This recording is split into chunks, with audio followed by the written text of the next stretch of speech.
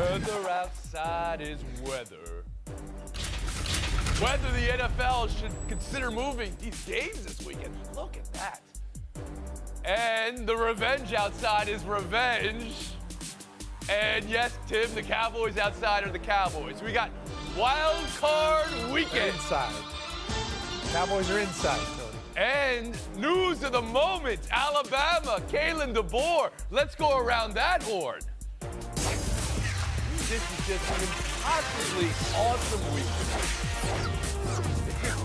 This is it. We've reached the top.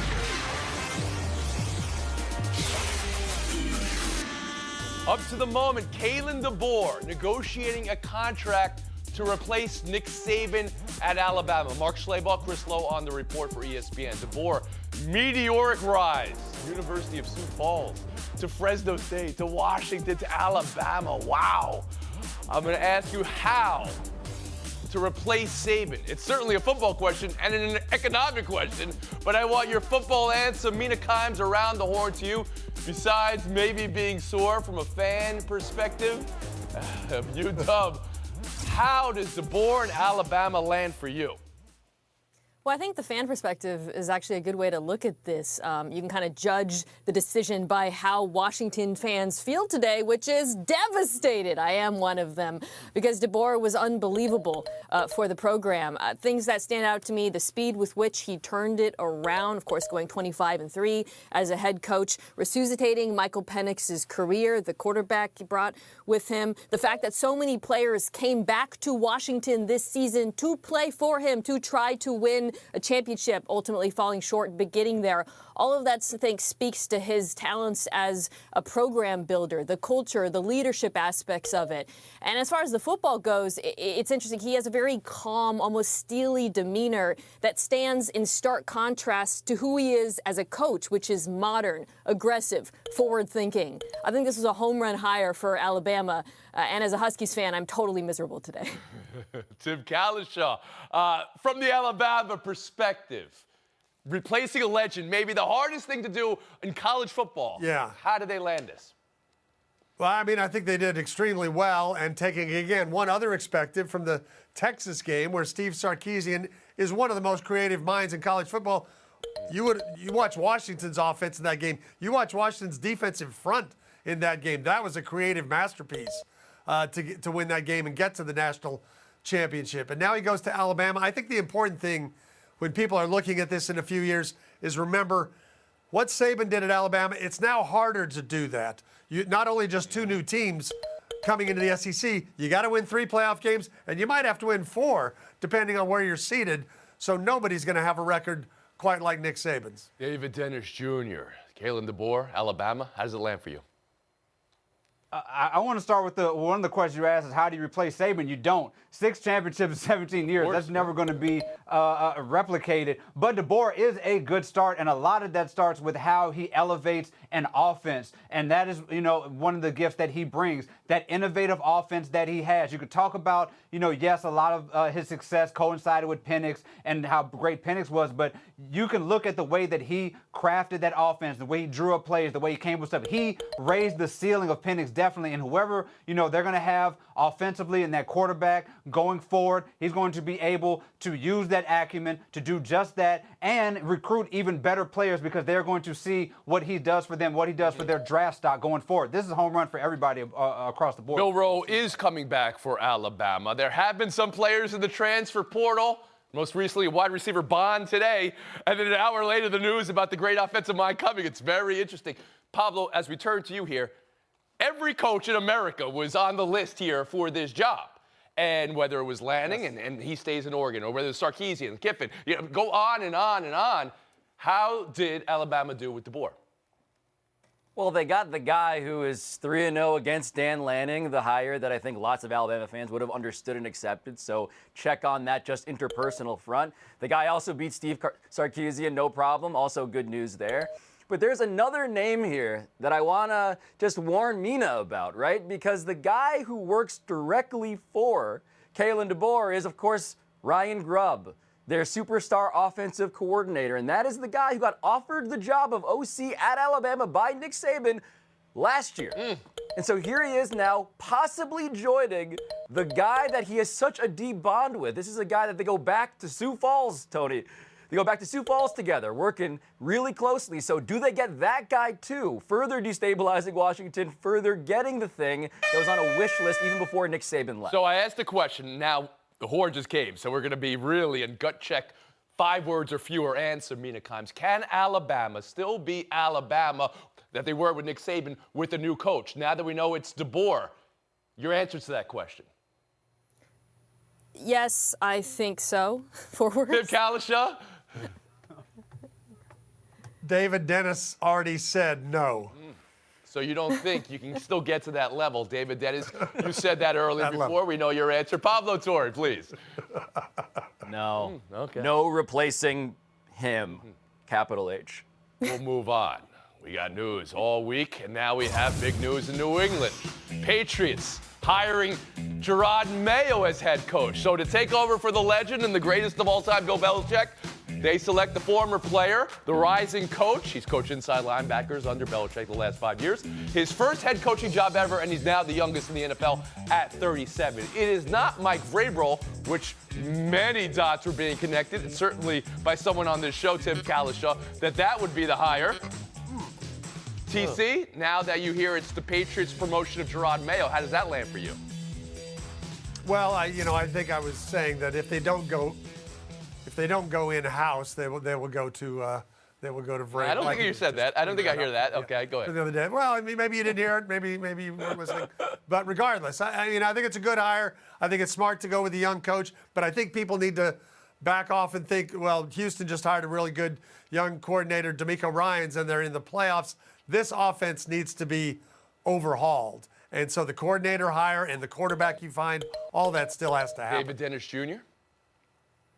I want to start by acknowledging what the Patriots and Belichick did by baking this into Mayo's contract. This is something that you just do not see a lot of times for a prestigious job like this, to go to a young black head coach who's unproven to get a job like this Patriots job. But I have to be honest, I'm a little worried for this brother in this job going forward. We see what happens when you have, throughout sports, and when you have black coaches taking on these sort of jobs with a lot of this prestige, especially in a place like New England, where they are known to not have the best reputation for how they treat their black athletes and black personnel. So beyond just the hire, we have to look at how he's going to be treated by the fans, by the media, and by other people, especially when you have these other coaches who, some folks say may be better hires, things like that. And especially, I appreciate that point. That's a secondary layer here, I guess, to the initial point. Replacing Bill Belichick with an unproven coach, David Dennis Jr.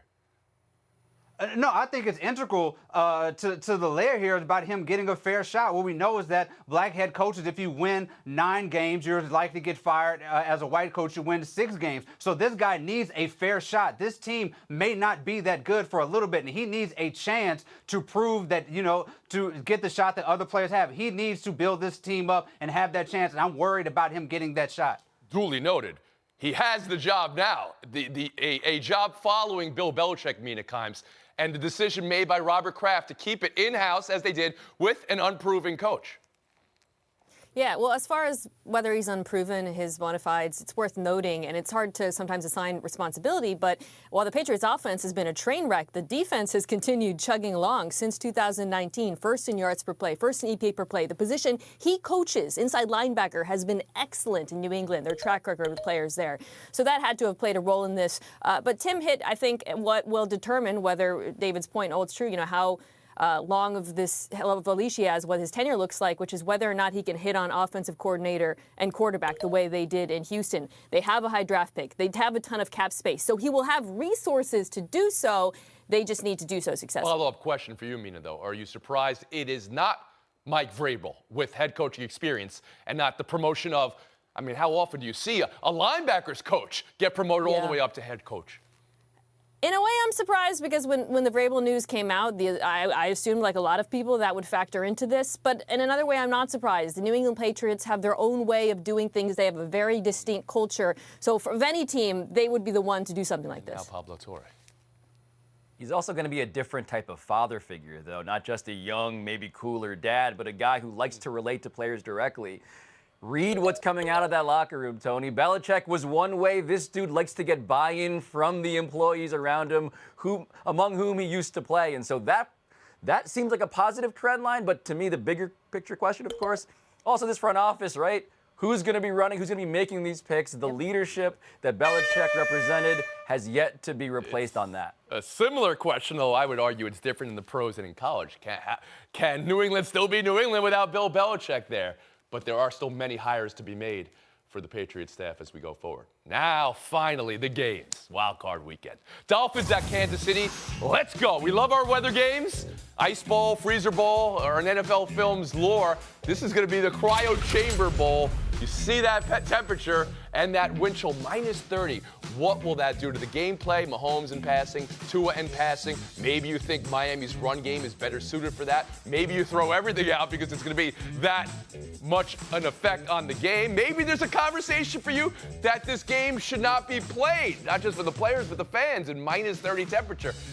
NFL hasn't really suggested anything with that. Schefter reporting the league is monitoring weather in all games. Mina, will Saturday night be about weather, about Miami's injuries, about something else? Yeah, I think more than the weather, it's the avalanche of injuries that are going to impact this game. There's this term in the NFL called cluster injuries, which is when you suffer a bunch of them at the same position. Unfortunately, that is what has happened to Miami, down not just their top 2 edge rushers, but their 3rd edge rusher, so much so that they're bringing in Justin Houston and older players. I don't know how they're going to pressure Patrick Mahomes, and as much as this Chiefs offense has struggled, if you can't even pressure Patrick Mahomes, you don't have a chance. The cluster flux of issues there. Pablo Torre, go for you for cluster flux. Please, go ahead. Yes. Yeah. I would just say, if you're trying to avoid any sort of profanity being screamed on the part of the Chiefs sideline, I think Travis Kelce needs to show up, Tony. I know that injuries and the defense, of course, of the Chiefs, the defense of the Chiefs is excellent, but Travis Kelce has been a missing body for so much of this season. He is the guy that Patrick Mahomes turns to when these games really matter. Will that guy be there would be the question I'm on. David Dennis Jr.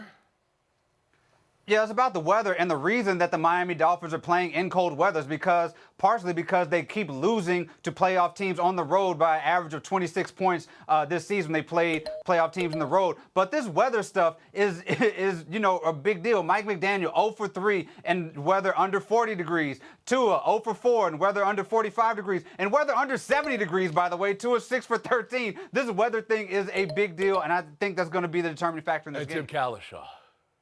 I'll simplify it for you. The second hardest thing in the NFL is tackling Tyreek Hill. The hardest thing is tackling Tyreek Hill when it's 30 below. You're not going to be able to move around. I don't care if they throw him 20 screen passes. He'll get down the field. Miami will win the game. Whoa, okay. Dolphins all right. will win the Hot game. take in the subarctic temperature here. Wait, so for you, in a cold weather game, having somebody like Tyreek Hill is the big game changer, because that doesn't. It also helps if Raheem Mostert plays, and then they've got the better running Tim's attack. got Miami. Mina Kimes, make a pick. I've got the Chiefs. David Dennis Jr. I got the Pablo Chiefs. Torre. Kansas. Rest of wild card weekend. By yourself.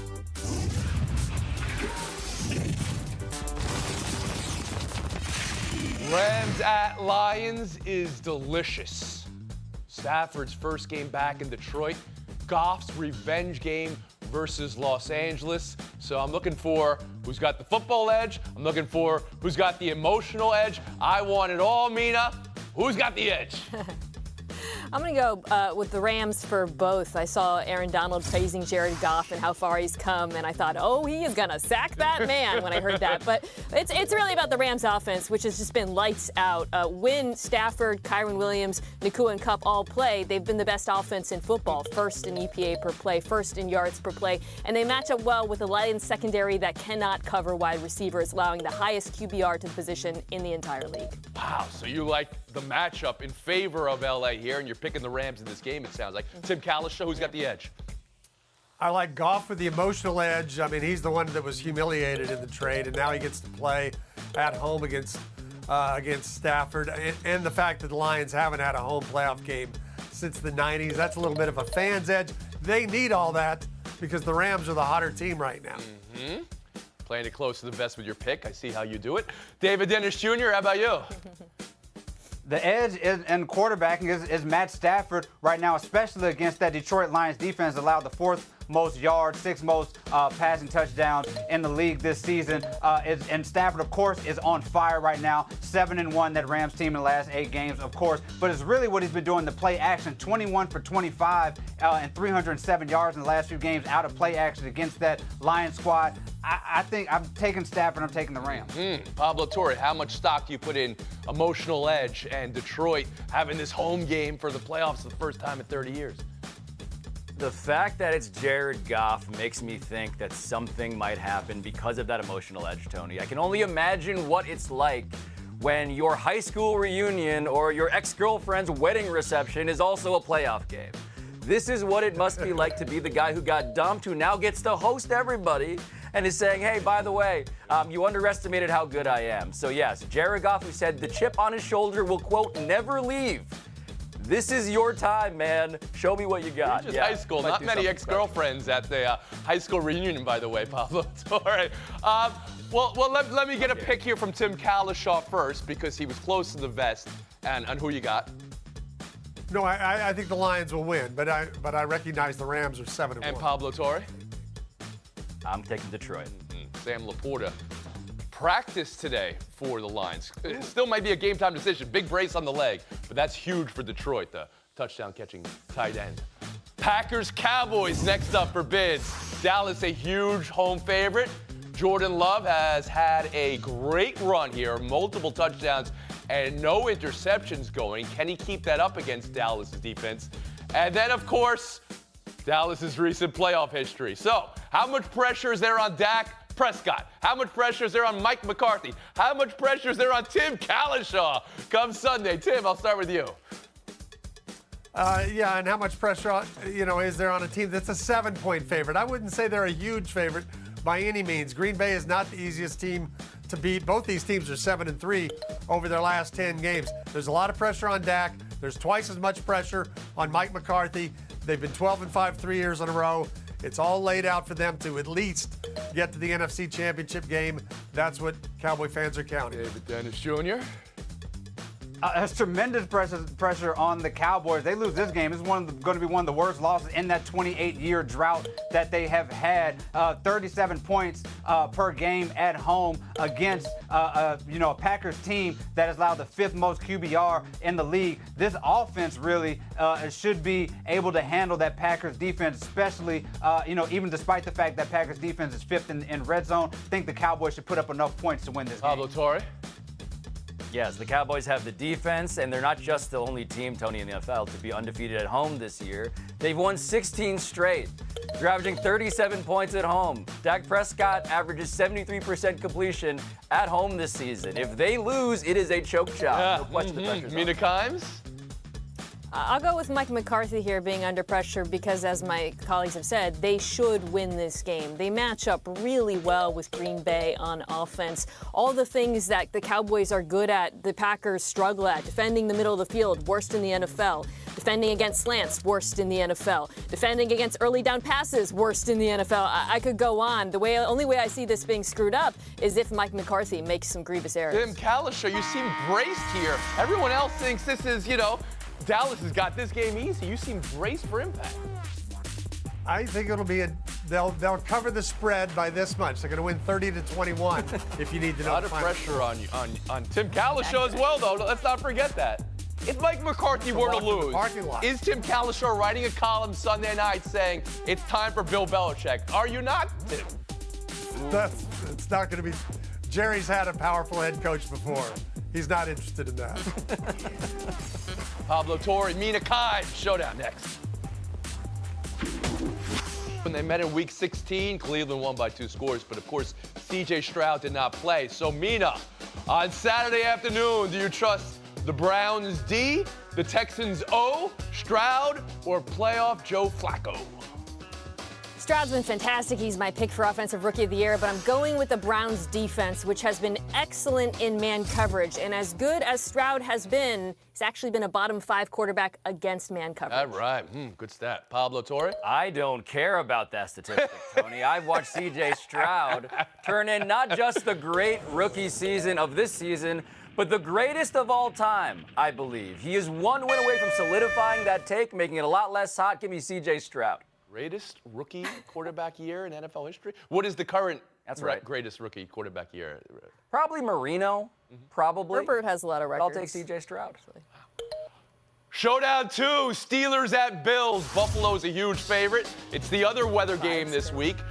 26 degrees, but the wind could be up to 50 miles per hour. Lake effect snow is in play, which means could be light, could be a foot or 16 inches. These things happen right in the moment, Pablo, so anything's possible. Volatile weather, volatile Josh Allen, volatile Steelers. What rules Sunday?